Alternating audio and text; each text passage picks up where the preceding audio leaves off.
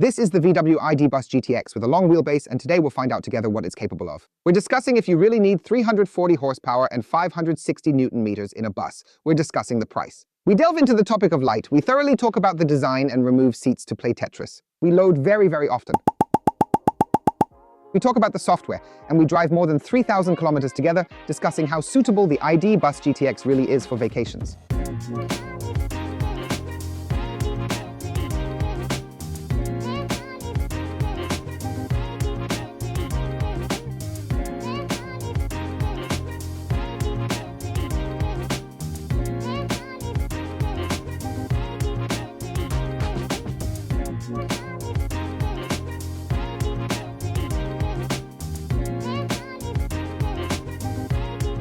And with that, hello and welcome to what is probably the most comprehensive everyday test of the VW ID.BUZZ GTX in the extended wheelbase version here at Jonas as usual. Beautifully presented and free on YouTube. By hitting the subscribe button below and turning on the bell, you'll get notifications whenever exciting new videos like this are uploaded for your enjoyment. And as a channel member, you have the opportunity to access videos like this a few days earlier. It costs a little, just a friendly heads up. I personally had a great deal of fun producing this video for you, especially given these conditions. Here in Sweden, right from the start, as always with Jonas, we first take a look at the car from the outside. The ID.BUZZ with the GTX gets a completely different look. If you compare it to the standard long wheelbase, you'll see that it appears significantly more voluminous, and the ID.BUZZ in GTX version looks somewhat sportier. Additionally, the IQ Light Matrix LED headlights and the continuous light band are offered inclusively as standard. Looks incredibly stylish at night and definitely impresses in the test. The High Beam Assistant, which includes sophisticated masking functions for oncoming traffic and the vehicles ahead, is truly excellently designed. That's quite nicely masked out, and it truly ensures that you can navigate around really effectively and easily at night. What I don't understand is that these triangles at the bottom are not part of the daytime running lights, but only the regular lights. And that's somewhat unfortunate, because it would make the vehicle stand out a little more. In the same way as the GTX lettering, and quite naturally also the features inside the interior. Let's take a look. The vehicle is now 4.96 meters long, still shorter than the ID.7. Previously 4 meters 71. 21-inch wheels can be chosen here optionally, and you can also select this two-tone paint as an optional feature.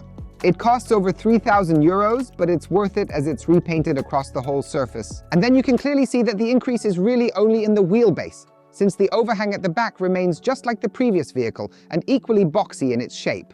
This hides away 1,340 liters when 2 rows of seats are in use, and there are still 309 liters available if you decide to fold up the 3rd row of seats. And that's still quite a lot and on a compact car level. However, you are very versatile, and for example, the tailgate also serves as a good rain cover. And here you can see in a time-lapse how much actually fits in. For example, the energy kick that we always have with us on such trips to be able to charge flexibly on the go. Feel free to take a look just below the video and enjoy a 5% discount when you're interested in purchasing a mobile wall box. This then fits, for example, into this clever compartment, which can be hidden in the lower area of the double loading floor. In general, the whole thing is very versatile, and you can really pack anything into it. And for us during the vacation, it was incredibly luxurious and comfortable. In the spot where the stroller was parked, we often changed the little one. And that's really quite practical when you're at charging stops. If additional space or more payload capacity is required, you can always rely on the tow hitch. It can pull 1,6 tons in this variant and 1,8 tons with the shorter wheelbase version. Now moving on to the interior. Here you genuinely benefit from the extended wheelbase as there is noticeably more space available, particularly in the 2nd row of seats. I'll also touch on that again later while driving. Here with the individual seat variant, you can move them separately from each other. There's also an optional 7-seat version available for you, where you essentially have a continuous and unbroken 2nd row of seats. Inside, I feel that the regular ID.BUZZ with its bright design elements gives off a more refined and upscale vibe. The dark part here sometimes looks a bit cheap, but I know that's part of the GTX look, of course.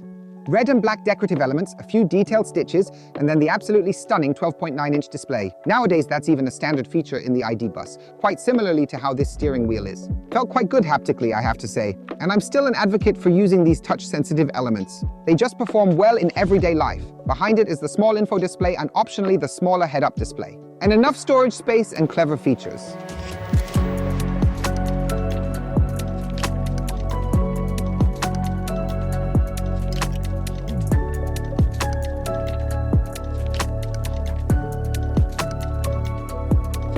We drive together in the video all the way to Sweden, over 1,500 kilometers for a one-way trip, so plenty of time to talk in detail about the driving experience and especially the fuel consumption values, combining a bit of a daily life test with a long-distance test. Simply because I thought it might get a bit boring if we take out the camera at every charging station and show you that we're charging again, then driving again. I believe it makes it significantly more attractive here. We'll have a detailed discussion about the consumption values entirely at the end of the video, just to give a comprehensive overview of everything that we've gathered during this time in terms of our experiences here. That's why you should definitely stick around until the end of the video. It's definitely worth it because I believe there are quite a few surprises coming. The car makes a really good impression. On the highway, with its long wheelbase and the additional 25 centimeter compared to the regular ID.BUZZ, it handles really well. It's quite enjoyable and you get pretty decent wind noise levels at speeds of up to 120 kilometers per hour. On the trip to my parents' place, we managed to drive at speeds of up to 160. Here in Denmark right now, amidst picturesque scenery, the maximum speed limit is 130. That definitely brings the consumption rate down. We were currently just a bit under 27. That would be acceptable. And especially when compared to the older ID.BUZZ models, it's really quite satisfactory. From the seating position, it's great here. I've got these captain chair armrests, so it's really comfortable, and also in the second row of seats where we've been taking turns. Either I drove or Sarah drove, and the other one got to sit in the back with the little one. There's an incredible amount of space, nearly so much that you really can't reach the table, which is mounted on the back side of the seat. And it's also quite comfortable to ride in the third row, really, because when we were visiting my parents, we ended up taking a short trip over to my grandma's. I once sat all the way in the back and actually had so much space that I could comfortably work with my laptop there. And you can definitely adjust the seat even further back, just as you have the possibility to do with the second row of seats. You're already quite comfortable here, and you have the convenient option to easily adjust everything in a wonderfully flexible manner. What I really like about the modernized ID.BUZZ is the fact that you finally have air vents available for the passengers who are seated in the back. Having air vents in both the third row and climate control in the second is something I find very practical, and it definitely enhances the overall experience of the bus. I think the glass roof is cool. Unfortunately, it's missing here, but maybe that's not a bad thing, especially with weather like today. Then it won't get quite as warm inside, seeing that you really can't just close it with a shutter, only electrostatic. And what I find really quite fascinating is, if you don't have the glass roof, there are two lamps located in the middle at the top, which would otherwise be positioned next to the climate control at the back, and there's simply just a black field there instead. So you can notice it's a little bit inconsistent in certain areas, but overall the level of comfort has significantly improved, which genuinely defines and enhances the entire driving experience as a whole. You get that bus feeling you don't even want to drive too fast, even though it can now go 160 instead of just 145 kilometers per hour, and it's really fun. And so I think we can then drive the several thousand kilometers together quite relaxed. A key point in VW videos is the software, and a lot has really happened in this area in recent months. With the latest software versions 4 and 5, which are now natively pre-installed on the vehicles from the factory, there is not just improved clarity to enjoy, but you're also getting a significantly more performant and responsive system. The hardware's been tuned and the software's optimized. Now you've got this sleek interface here, which I find quite appealing visually. Native, wireless Apple CarPlay and Android Auto. While on the move, I wasn't sure if we'd actually still get there. Not only did the GPS momentarily indicate a journey time of 130 hours, but it frustratingly kept recalculating the route every few seconds. At the moment, it shows us we still have 20 hours left to travel. Previously, it was over 30. Yes, there are 1 or 2 roadblocks along the route, and yes, we just had to detour a few kilometers on country roads. Yet the GPS is acting up. It's not the first time, as we've had it several times recently. Unfortunately, the GPS has completely failed to work. Currently, there's some blockage being adjusted. Once again, we're now facing a total of 36 hours of driving time. I have Apple Maps open all the time in parallel because even Google Maps has issues. I'm confident that we'll get there eventually. It's still odd though. As it was discovered later on, the vehicle was unfortunately operating with a pre-production version of its software. It means it wasn't the final version of the software that the ID.BUZZ, which was sold to customers, came with. No, it was a setup used for developmental purposes and also specifically for the press drives from which this ID.BUZZ here was from, and so I was able to have it as one of the first. It was just equipped with the software. As a consequence, we were recommended to have over 1,000 hours of driving time. Of course, it was completely ridiculous, but the charging stops were suitable enough. Unfortunately, these stops still can't be filtered, but I made sure to always select one and then navigate directly to it without any issues. Sometimes the navigation fit quite perfectly, allowing me to choose the charging stop accordingly just shortly before. The system had completely turned around, so it was somewhat of a trial and error process to figure out where you end up, how well it fits, and how extensive the route calculation is. Ultimately, the pre-production model also eventually resulted in the prediction of range not matching up exactly as was initially expected anymore. In its standard version, the vehicle is fully usable. We saw it with the ID.7, experienced it with other vehicles, and it applies to the ID.BUZZ. You have improved range optimization features, thorough route planning with dependable charging stops, and you also benefit from preconditioning the battery, alternatively through a button. So this is truly state-of-the-art. If you're even more interested in the software topic, feel free to check out the dedicated video on software 4 and 5 up there, because there I could thoroughly test the standard of the series for you.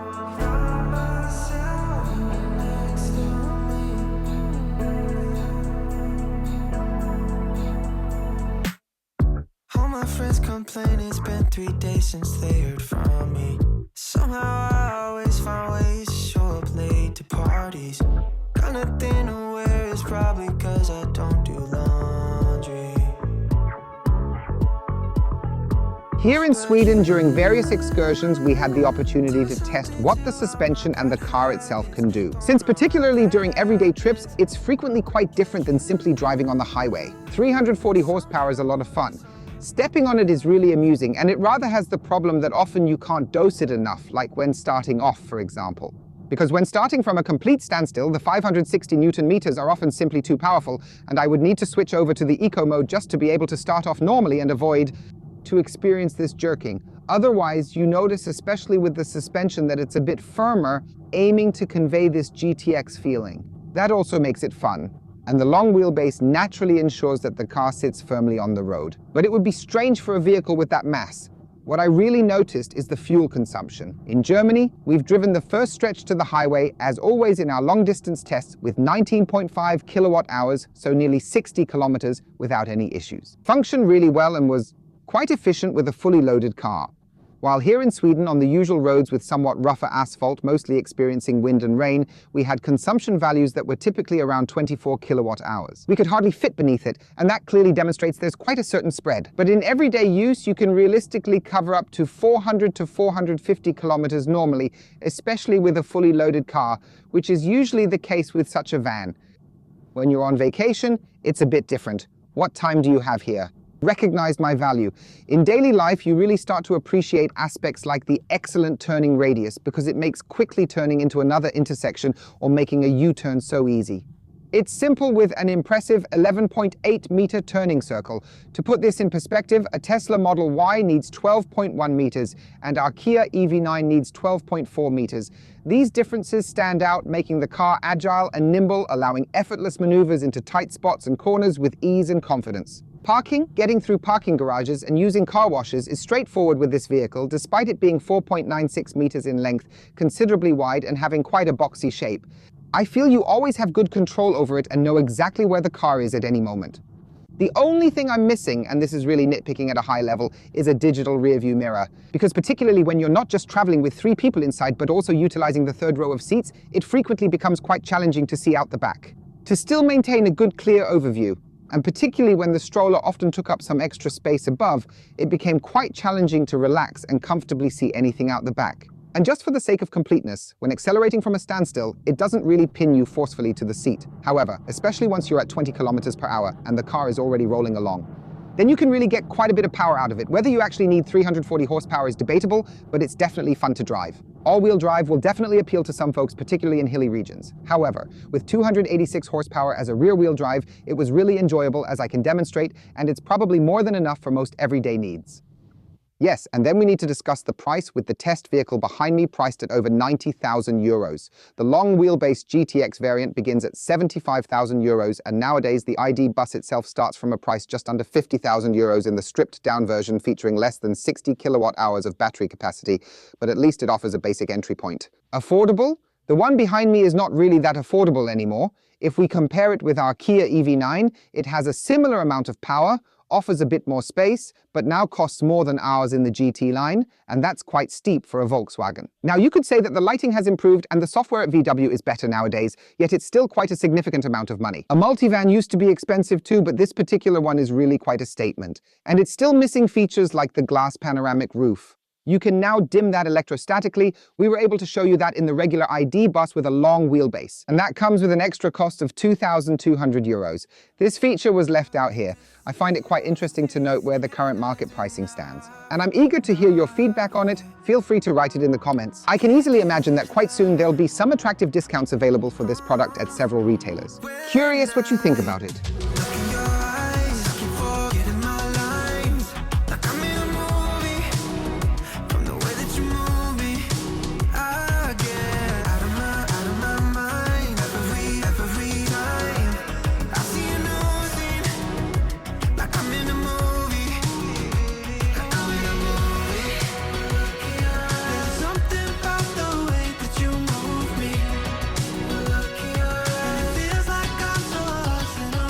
What had been missing so far in the driving impression segment was the topic of assistance systems. And that's where you make a few compromises and realize that you ultimately have a utility vehicle here. Even though it is referred to as the people variant, as Volkswagen itself calls it, it remains a utility vehicle, and that's why, for instance, there is no lane change assistant included.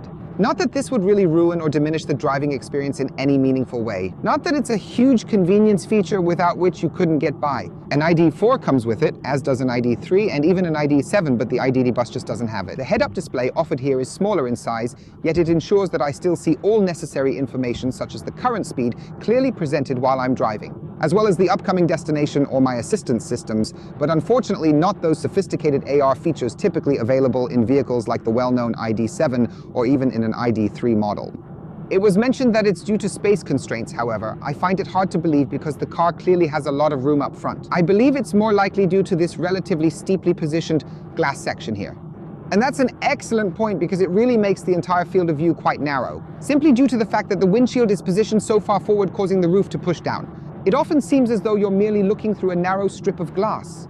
Perhaps that's just my impression because we're used to driving standard cars where the windshield is typically positioned higher. In other buses, this is quite similar. However, you can clearly see that it really isn't exactly a prominently high roof design here in this specific area either. The assistance systems otherwise do their job very, very well, meaning the longitudinal and lateral guidance is very reliable. I really have a pleasant deceleration towards the vehicles in front and can also totally relax here in the bus with the captain's chairs and even recline the right one and just get driven there comfortably. That's really quite enjoyable here in the Northern European countries, and this feature applies even all the way up to the maximum speed. Even though we benefit little from this here in Denmark at the moment, in Germany, you can drive fully assisted up to a speed of 165. And that makes it really, really pleasant. Another pro stuff where they really stand out here. Wow, I did not imagine a car lacking a rear window would actually appeal to so many people. We've already discussed the possibility of having a digital mirror up here. One point to note on consumption, though we'll discuss overall values thoroughly in the conclusion. We set off from Sweden earlier, encountering extremely strong crosswinds while traveling along the coastal areas. At times, we saw consumption values hitting 32 kilowatt hours going at about 120 kilometers an hour. That's not due to the car itself, not the engine, but rather because of the large surface area.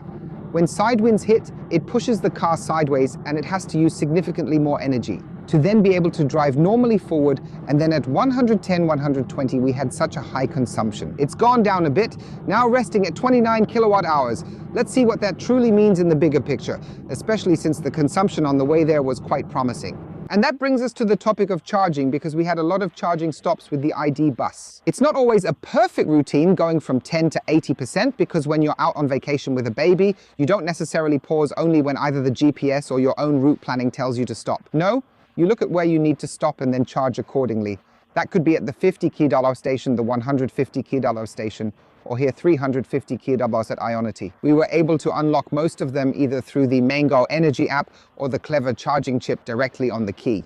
I always have it with me, and especially abroad it makes things really easy. You know how much you're paying and can unlock a majority of the stations. Here at the charging park there are Circle K charging stations, there's Ionity, and back there is a huge new charging park, and on the opposite side of the highway there would have been another 2 stations where we could have easily unlocked them with Mango. Here on the trip, it was extremely important for me to avoid charging stops, and we did that by searching for hotels with charging stations so that the next morning we could always begin our day with a full 100% charge. The journey up to Hamburg was really smooth because we arrived yesterday evening with roughly 30 to 40% remaining. After arriving at the hotel, we were able to charge overnight, 12 euros for parking and 20 euros for charging. And overall, in my opinion, that's fine because theoretically, you could calculate arriving here with 0%. The issue was only somewhat that there's just one charging station available for regular electric cars and two solely for Tesla. So you need to be lucky that they're available. As almost expected, we were able to charge at one of the many charging stations at the hotel in Sweden during the vacation, and now also for today for the drive home. Theoretically, we can charge overnight in Hanover, where we are making another stop because I was able to reserve the charging station at the hotel there. In my opinion, that's a really good point.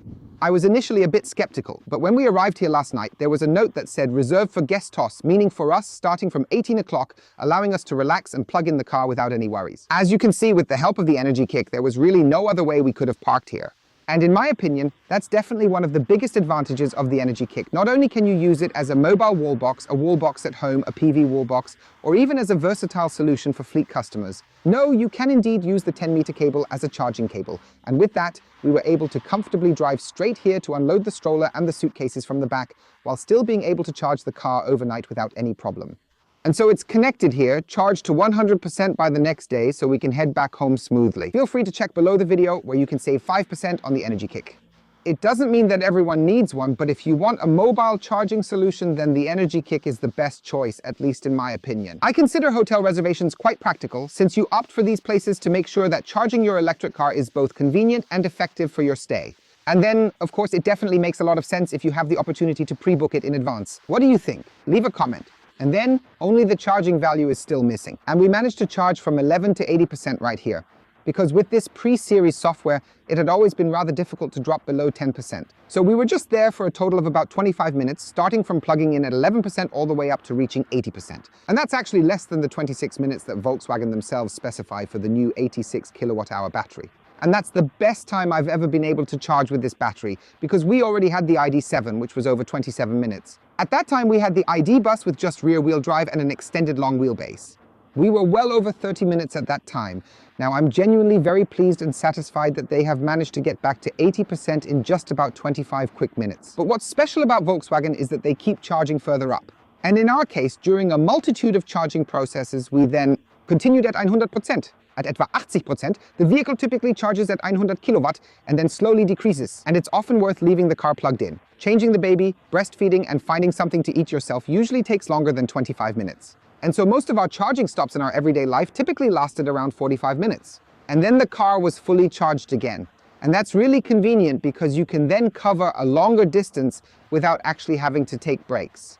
And that made the vacation with the car and the charging capacity relatively easy. Certainly, if you're oriented towards last-minute tasks, you'll have to interact a bit differently. Then you're genuinely always charging within the optimal window. However, in my opinion, managing to be under 26 minutes is indeed impressively good. A peak output of just under 200 kilobars was also included, so charging we can check off.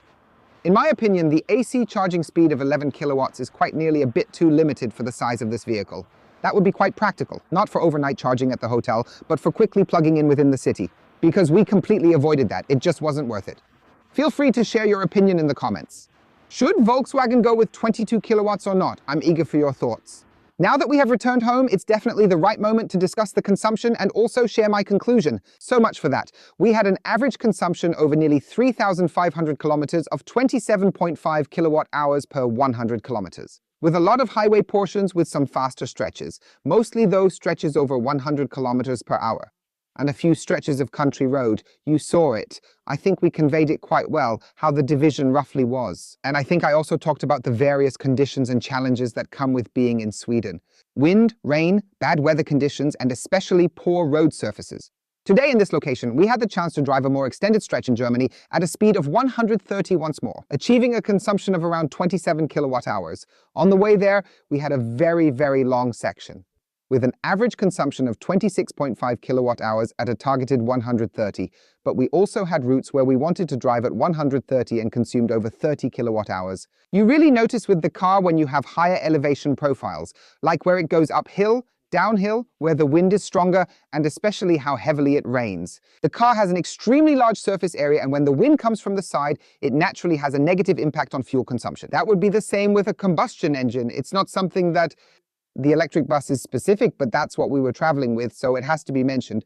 For me, it's fine because we had most stages of sections with 250 kilometers from charging stop to charging stop. And since we almost charged up to 100% each time, we could repeat this every time. If you absolutely have to watch the clock and hustle from charging stop to charging stop, you can do 250 kilometers for the first section, and after that, it's just under 200 despite the large battery. But with all-wheel drive, and an important point to mention, which I can't rule out, is that some of it might also be due to the pre-production software. Because the car isn't finished yet. We had error messages, the drive electronics were broken, the electronic system was broken. We encountered issues with the airbag and the seatbelt tensioner.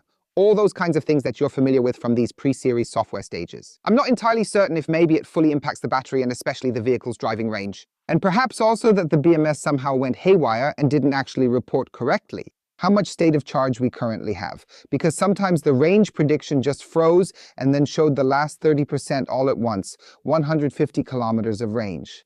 The car is extremely cool, especially for family vacations. You have plenty of space, you're versatile, and you have this third row of seats if you want it or not. And we could have taken out this board and these lower storage compartments and we would have had even more space. Overall, I'm incredibly satisfied and I find it exceedingly really cool. The price point is, of course, a different issue altogether, but we have already talked about that earlier. Now, I'm genuinely excited to hear all of your feedback in the comments below. My honest verdict is that I believe it brought us quite a bit more joy on the long haul than the EV9 would have done, simply because it provided even more space than expected. For instance, we could fit the large stroller, which we probably wouldn't have been able to do with our own car in order to conserve some space. But it's really something. Feel free to write in the comments what you think about it. And alternatively, you can take a look at my initial impression of the long wheelbase by clicking up here. And down here you can find my previous road trip, which was back then with the older rear engine and the much shorter wheelbase.